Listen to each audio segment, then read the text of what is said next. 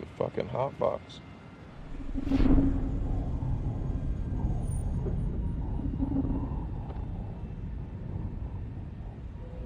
Hold on, I got a woman and a kid 200 yards out, moving towards the convoy. Yeah, she's got a grenade. She's got an RKG Russian grenade. She's saying to the kid, "If you're wrong, they send your ass to 11."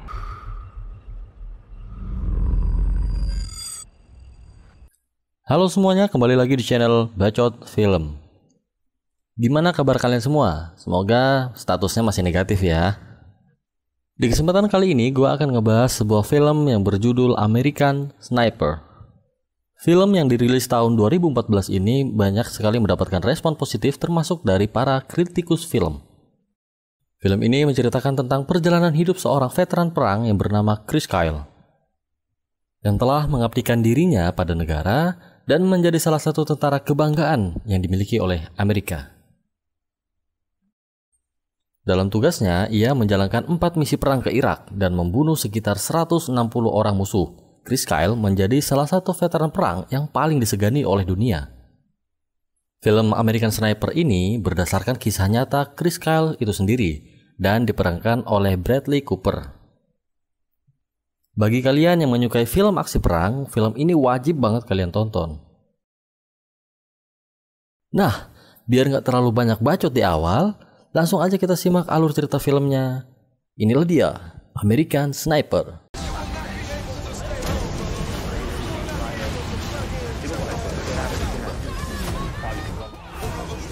Chris Kyle lahir dan besar bersama keluarganya di Texas, Amerika Serikat.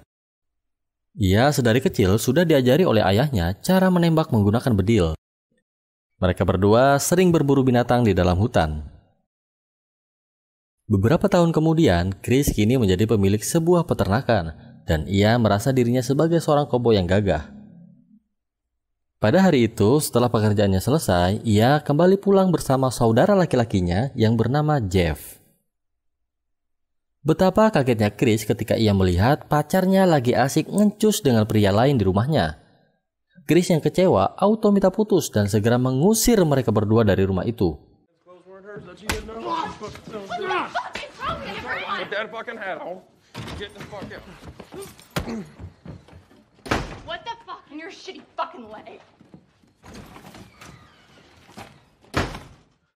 Setelah mengusir mereka, Chris lalu abok-abokan bersama Jeff.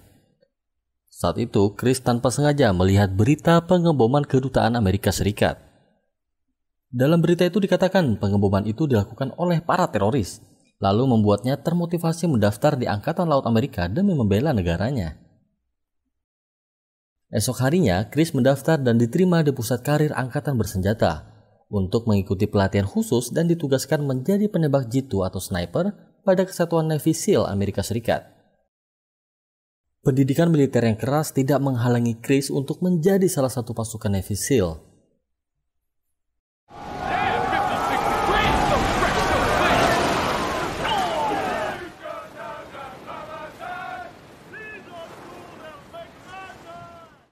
Sebelum misi pemberangkatan pertamanya, Chris bertemu dengan seorang wanita di sebuah bar yang kemudian menjadi istrinya. Di penugasan pertamanya, Chris ditugaskan berangkat ke Irak setelah serangan 11 September 2021. Target pertamanya ialah seorang wanita dan seorang anak laki-laki yang membawa granat anti-tank buatan Rusia untuk menyerang pasukan marinir Amerika Serikat. Dengan terpaksa, ia pun harus menembak mereka berdua.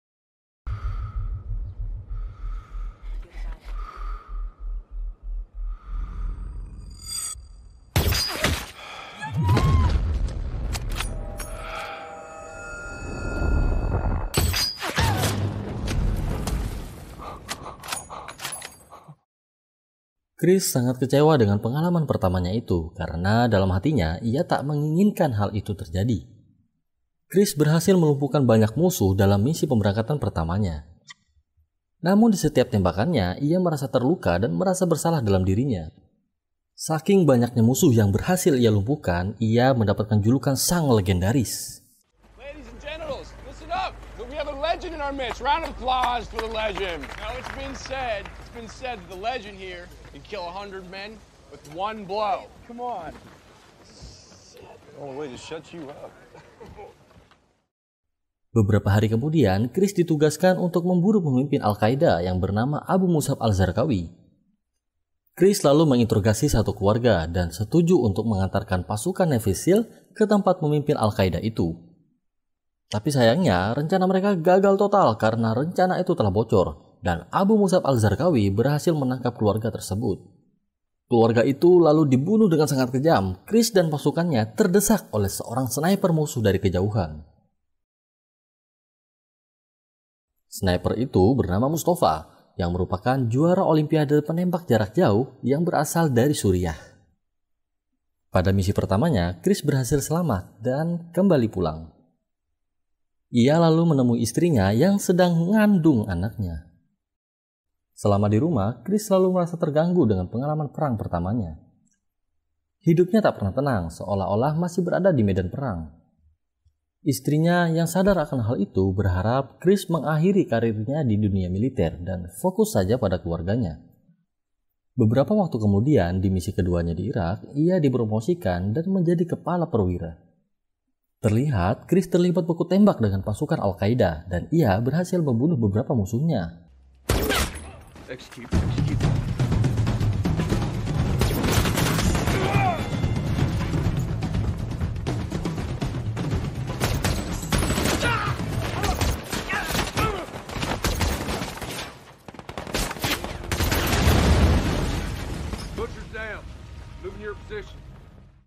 Misi kedua Chris berakhir, ia kembali pulang ke rumahnya dan menemui istri dan anaknya yang baru lahir. Namun pada kepulangan Chris yang kedua kalinya, ia terlihat semakin menjauh dari keluarganya. Taya sang istri merasa kesepian dan membutuhkan sosok Chris untuk mendampinginya. Scene lalu berpindah pada misi perang ketiganya di Irak. Pada misi ketiga, Mustafa sang sniper musuh berhasil menembak salah satu pasukan Chris. Ia dan pasukan yang selamat segera mengevakuasi pasukan yang terluka untuk dibawa kembali ke markas. Ketika Chris dan pasukan lainnya memutuskan untuk kembali lagi ke medan, satu teman dekatnya terbunuh di situ.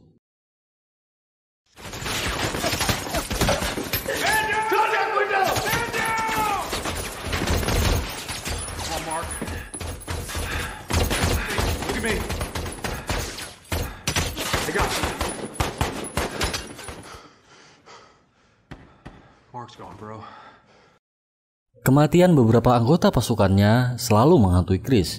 Chris merasa ia ikut bertanggung jawab atas kematian mereka. Selain itu, hubungan rumah tangga Chris dan istrinya semakin tidak harmonis. Sang istri bahkan sampai memohon kepada Chris agar ia meninggalkan dunia militer dan kembali mendampinginya. Namun jawaban Chris mengecewakannya. Bahkan, ia telah bersiap untuk misi perangnya yang keempat untuk membalas kematian para pasukannya. Di hari sebelum keberangkatannya, Taya yang sangat kecewa pada Chris mengatakan bahwa mungkin ia akan pergi dari rumah dan memutuskan untuk berpisah dengannya jika Chris tetap kekeh untuk pergi. Namun Chris tidak memperdulikannya, ia tetap kembali ke Irak untuk membunuh Mustafa yang telah membunuh beberapa pasukannya beserta tentara Amerika lainnya. Di medan perang saat itu, Chris dan pasukannya ditempatkan di area musuh di atap sebuah gedung. Di sana, Chris dan pasukannya terdesak oleh banyaknya musuh yang telah bersiap untuk membunuh mereka semua. Di kejauhan, Chris melihat Mustafa yang cukup jauh dari posisi mereka sedang bersembunyi di jarak sekitar 1.900 meter. Hal itu sangatlah berisiko tinggi karena jika Chris gagal membunuh Mustafa, posisi mereka bisa saja terdeteksi oleh musuh yang berada di sekitarnya. Chris sempat bimbang dalam mengambil keputusannya, namun pada akhirnya ia lalu menarik pelatuknya dan berhasil membunuh Mustafa dengan bidikan yang sangat kecil itu.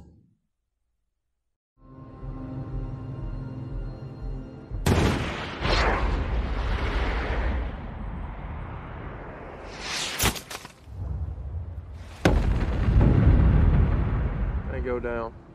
We need QRF ASAP. Setelah tembakan itu, posisi mereka otomatis diketahui oleh musuh. Mereka dikepung dan terjadi baku tembak di antara mereka yang cukup sengit. Di tengah baku tembak dan amunisi yang menipis, Chris menyempatkan diri untuk menelpon istrinya dengan linangan air mata dan mengatakan ia siap untuk pulang ke rumah dan meninggalkan semua ini. Pertempuran masih berlanjut, bantuan yang diharapkan belum juga datang. Chris dan pasukan lainnya mencoba untuk bertahan. Untungnya tak lama saat itu terjadi badai pasir dan memberi perlindungan pada Chris dan yang lain untuk melarikan diri.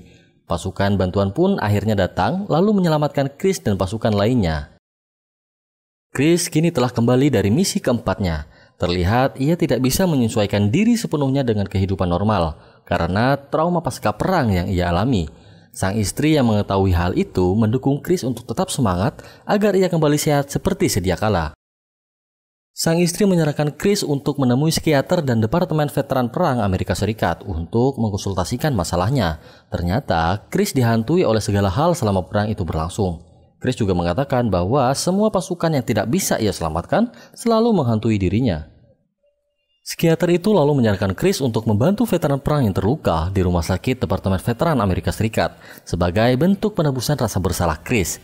Setelah itu, Chris mulai bisa menyesuaikan dirinya dengan kehidupan normal. Tepatnya pada tanggal 2 Februari 2013, Chris dan tetangganya dibunuh oleh veteran perang yang ia bantu. Seorang mantan marinir yang mengalami post-traumatic stress disorder atau gangguan stres pasca trauma perang. Dan ia dinyatakan bersalah yang dijatuhi hukuman seumur hidup tanpa pembebasan bersyarat. Setelah itu, film pun berakhir. Nah, film ini itu sangat mengagumkan ya, kisah nyata pahlawan perang Amerika Serikat yang meskipun tak sama dengan Kapten Amerika, kisah Chris Kyle sang legenda ini pastinya akan selalu dikenang sampai kapanpun. Oke, sekian dulu alur cerita film kita kali ini. Terima kasih karena kalian sudah menyimak sampai akhir. Sampai jumpa di bacotan film lainnya. Dadah!